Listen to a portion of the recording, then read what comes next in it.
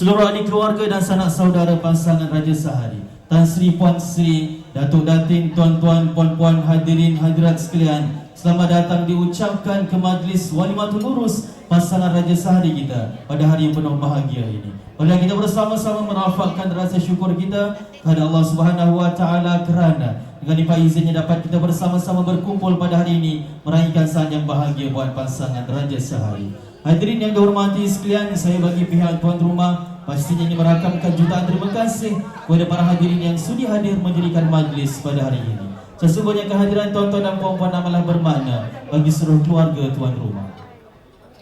Saat inilah merpati terbang, saya maja membelah gemauan, hadis dan surah menjadi lambang, hamparan jiwa sudah ditawan. Tulang hantaran sebagai tanda cinta dan kasih, berjanji setia, penyatuan suci dan dua jiwa, bercinta biar hingga ke syurga. Bagi menzahirkan hasrat di hati serta memberkati majlis dan pasangan Raja Sahari, marilah kita bersama-sama mengangkat tangan, menadah tangan dengan rendah hati mengaminkan bacaan doa. Dan sebelum bacaan doa, kita ambil kesempatan ini juga untuk menghadiahkan Al-Fatihah untuk almarhum ayahanda kepada Hazikah yang baru pergi menghadap ilahi baru-baru ini. Al-Fatihah.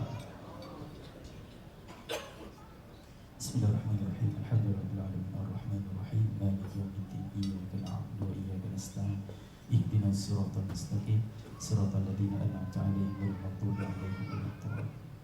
Bismillahirrahmanirrahim. Alhamdulillahirabbil alamin wassalatu wassalamu ala asyrafil anbiya'i wal mursalin wa ala alihi wa sahbihi ajma'in. Segala puji hanya untukmu ya Allah yang telah menjadikan kami berpasang-pasangan. Selawat dan salam di atas junjungan kami Sayyidina Muhammad rahmat sekalian alam serta keluarga dan sahabat-sahabatnya sekalian. Ya Allah, pada hari yang penuh barakah ini kami berhimpun di sini sebagai tanda kesyukuran kami atas nikmat-Mu bersempena dengan majlis perkahwinan anak anda pengantin yang diadakan pada malam yang penuh bahagia ini. Allahumma ya Rahimu ya Wadud ya Dzal Arsyil Majid fa'allu lima yurid. Ya Allah ya Tuhan kami yang maha sempurna, rahmatilah majlis ini, semoga ianya berjalan dengan sempurna seperti mana yang telah Engkau kehendaki. Berkatilah majlis yang diadakan ini dengan keberkatan dari permulaan hingga ke akhirnya. Sesungguhnya pertemuan ini adalah dengan izin-Mu. Ya Allah ya Tuhan kami yang amat mengasihani, limpahkanlah rahmat dan keampunan-Mu kepada pasangan pengantin yang kami raikan. Kurniakan keduanya ketenangan, kebahagiaan dan jiwa yang tabah menghadapi setiap dugaan dan cubaan hidup berumah tangga, lebih-lebih lagi di akhir zaman yang penuh pancaroba ini. Mudah-mudahan perkongsian hidup yang dibina ini dikurniakan zuriat yang soleh dan soleha serta berkekalan hingga ke akhir hayat.